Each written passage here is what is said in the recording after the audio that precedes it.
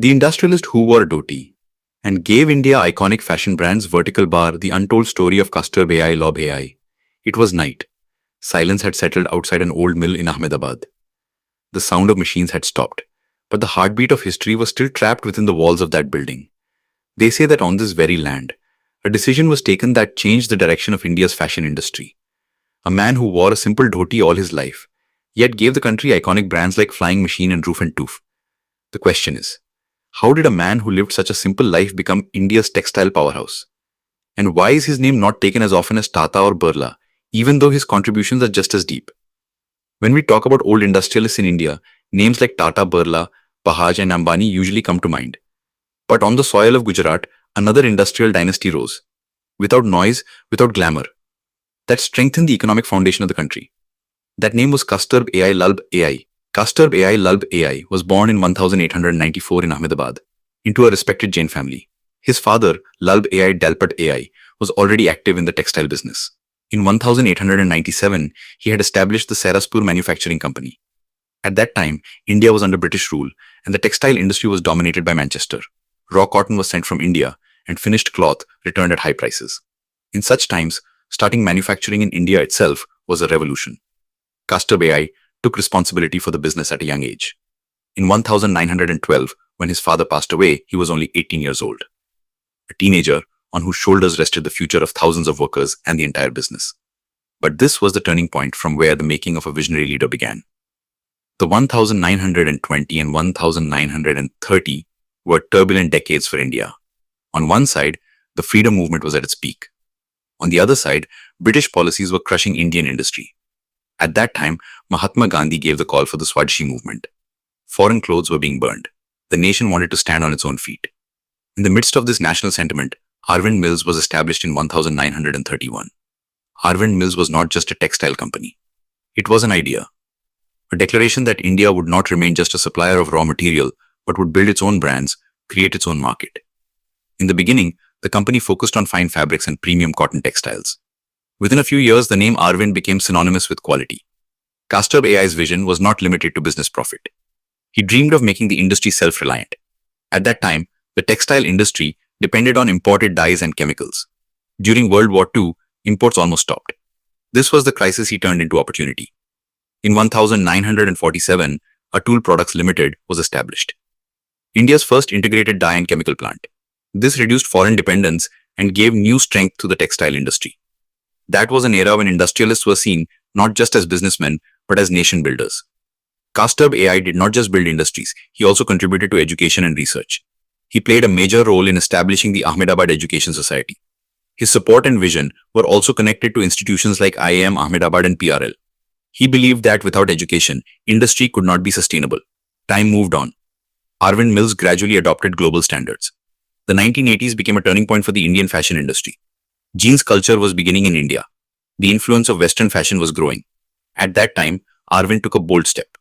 Denim fabric manufacturing. Flying Machine became India's first indigenous denim brand. In that era, jeans were considered a luxury. Imported jeans were a status symbol. But Flying Machine gave Indian youth an alternative. The quality was international, but the price was accessible. Slowly, the brand became a part of youth culture. Along with it came Ruf and Tuf, a concept that introduced ready-to-stitch jeans. The customer would buy the fabric and get jeans stitched according to their fit by a tailor. This innovation proved to be a game changer in that era. In a country like India, where tailoring culture was strong, this model became popular quickly. Kasturbhai passed away in 1980, but his legacy did not end. After him, Arvind Limited moved towards international collaborations.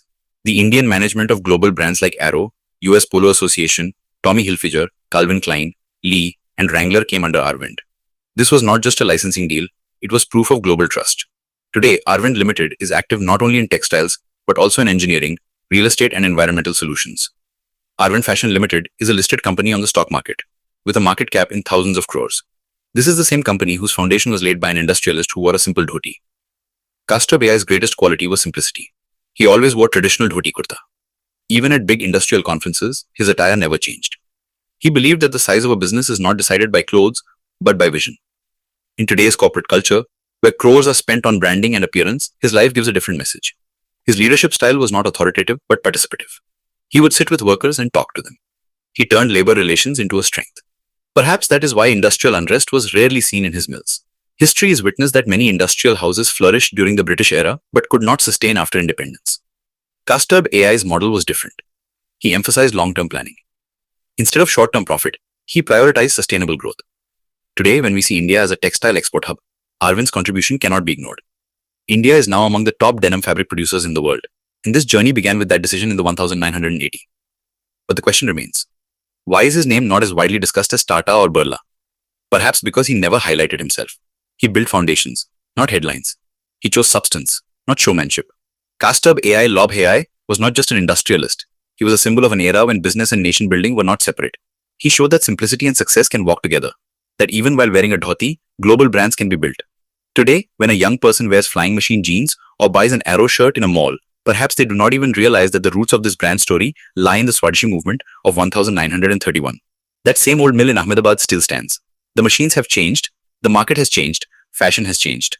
But the echo of that vision can still be heard there. A vision that gave India not just cloth, but identity. The story of Kasturbhai Lalbhai reminds us that real legacy is not the one that makes noise, but the one that stands the test of time. He earned wealth, but more than that, he created value. He built brands, but more than that, he earned trust. And perhaps that is why this industrialist, who wore a simple dhoti, will always remain immortal in the history of India's textile industry. If our video has taught you something new, do not forget to like and share this video so that this information can reach others as well. Your likes and shares are a source of inspiration for us. If you have any questions or suggestions, please let us know in the comments. It will be our honor to answer your questions and listen to suggestions. And yes, if you like our content, subscribe to the channel and press the bell icon so that you stay connected with every new story. Thank you. GRT Business YouTube channel sources, news from various news agencies, opinion polls and other public sources. We try to ensure that every report and summary is accurate and verified, but we are not responsible for any dispute or error. Our aim is only to provide you with accurate information.